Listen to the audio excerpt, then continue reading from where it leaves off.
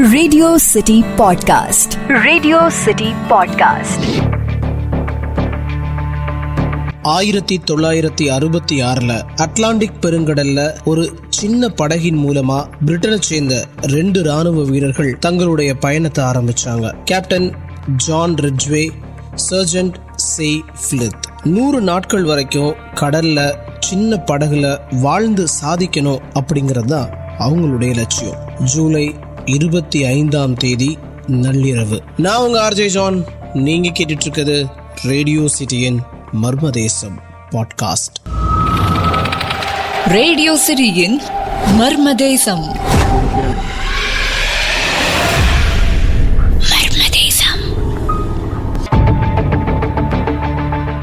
துடுப்புகளுக்கு ஓய்வு கொடுத்துட்டு ரிட்ஜ்வேயும் ஃபிலித்தும் தூங்கிட்டு இருந்தாங்க. திடீர்னு தண்ணீர்ல ஏற்பட்ட சவுண்டை கேட்டு பதறி போய் எழுந்து அவங்க பார்த்த காட்சியின் மூலமா அரண்டு போயிருந்தாங்க. அந்த நைட்லயும் அதோட உடம்புல இருந்த வெளிர் பச்சை நிறம் நியான் விளக்குகள் போல ஒளிர்ந்துச்சுன்னு சொன்னாரு ஜான். ஒரு மிகப்பெரிய மலைப்பாம்பு தண்ணீர்ல வளைஞ்சு வளைஞ்சு எங்களை நோக்கி நெருங்கினது போல இருந்தது. பயத்துல நாங்க 2 பேருமே படகுல சுருண்டு படுத்துக்கிட்டோம். அதோட உடம்பு படகுல உரசிட்டு போனதை எங்களால உணர முடிஞ்சிச்சு. அவ்வளோதான், எங்க வாழ்க்கை முடிஞ்சிச்சு. படகை கவிழ்த்து எங்களையும் சாப்பிட போகுதுன்னு நடுநடுங்கிட்டு இருந்த அந்த நேரத்துல திடீர்னு நிசப்தம். கண் விழிச்சு பார்த்தப்ப அந்த விலங்கை காணோம். கடல்ல எவ்வளவோ திமிங்கிலங்கள், சுறாக்கள், பறக்கக்கூடிய மீன்கள், இது எல்லாத்தையுமே இந்த கடல் பயணத்துல நாங்க பார்த்திருக்கோம். ஆனா இப்படி ஒரு பாம்பை நாங்க பார்த்ததே இல்லை. ரிட்ஜ்வே, ஃபிலித் 2 பேரும் தாம் பார்த்ததை நிரூபிக்கிறதுக்கான ஆதாரத்தை கொடுக்க முடியாம தவிச்சாங்க. இந்த உலகமும் அப்படி ஒரு விலங்கு இருக்குங்கிறத நம்பல. இது முதல் தடவை இல்லை.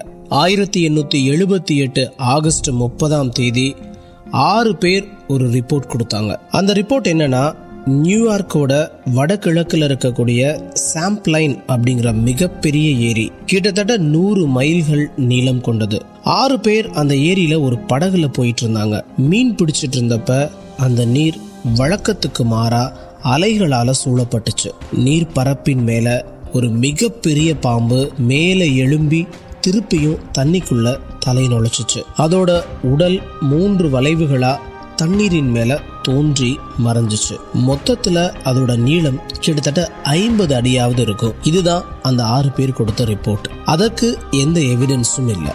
1981 வரைக்கும் சாம்ப்ளைன் ஏரியில ராட்சச பாம்பு போல உன்னை நாங்க பார்த்தோன்னு 100கணக்கான பேர் சொன்னாங்க. மேன்சிங்கிற பெண் அந்த வினோத விலங்க புகைப்படம் எடுத்ததா சொல்லி வெளியிட்டாரு. புகைப்படம் குறிச்ச சர்ச்சைகளும் இதுவரைக்கும் தீர்ந்த பாடில்லை.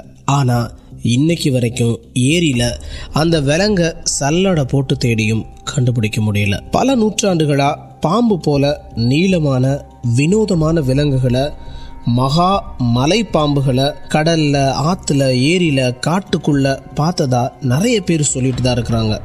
ஆனா அதுக்கான ஆணித்தரமான ஆதாரங்களை யாராலையும் கொடுக்க முடியல. நிஜமாவே இந்த மாதிரியான பிரம்மாண்டமான பாம்புகள் இந்த உலகத்துல இருந்துச்சா, இருக்கா?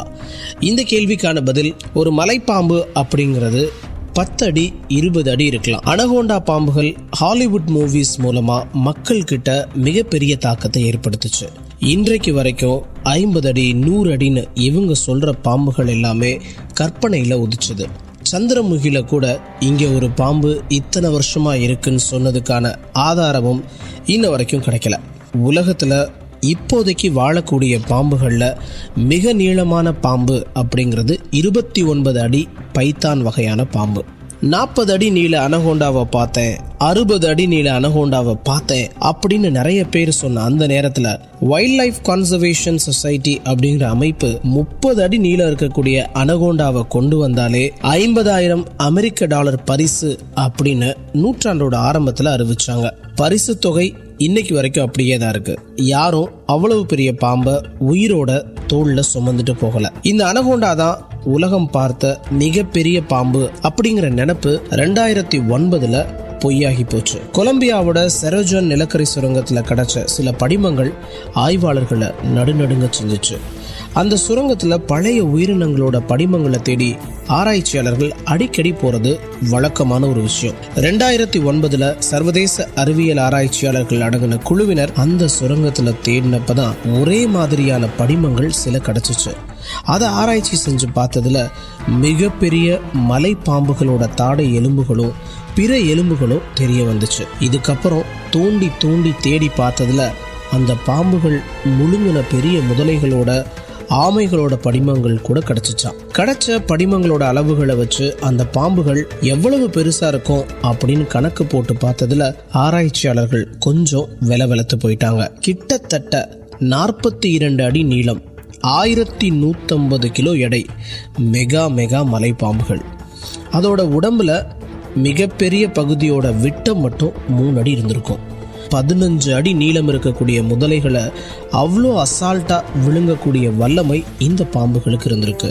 சுமார் 60 மில்லியன் வருஷங்களுக்கு முன்னாடி வாழ்ந்த இந்த பாம்புகளுக்கு ஆராய்ச்சியாளர்கள் கொடுத்த பேர் என்ன தெரியுமா? டைட்டனோபா.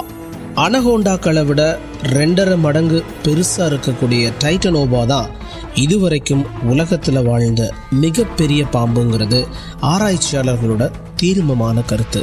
ஆனா இன்னும் கடல் பிரயாணம் செய்யக்கூடிய எத்தனையோ பயணிகள், மாலுமிகள் விதவிதமான பெரிய நீளமான பெயர் தெரியாத பல விலங்குகளை இன்னும் கடல்ல பார்த்துக்கிட்டே தான் இருக்கிறாங்க. அதுக்கான எவிடன்ஸை அவங்களால கொடுக்க முடியல. பாம்புகள்ல மிகப்பெரிய பாம்புகள் இன்னும் உயிரோட இருக்கா? இதற்கான கேள்விகள் மர்மத்தினுடைய பட்டியல்ல தொடர்ந்து இடம் பிடிச்சுக்கிட்டே இருக்கு. நான் உங்க ஆர்ஜே ஜான். நீங்க கேட்டுட்டு இருக்குது ரேடியோ சிட்டியின் மர்மதேசம் பாட்காஸ்ட். ரேடியோ சிட்டியின் மர்மதேசம்.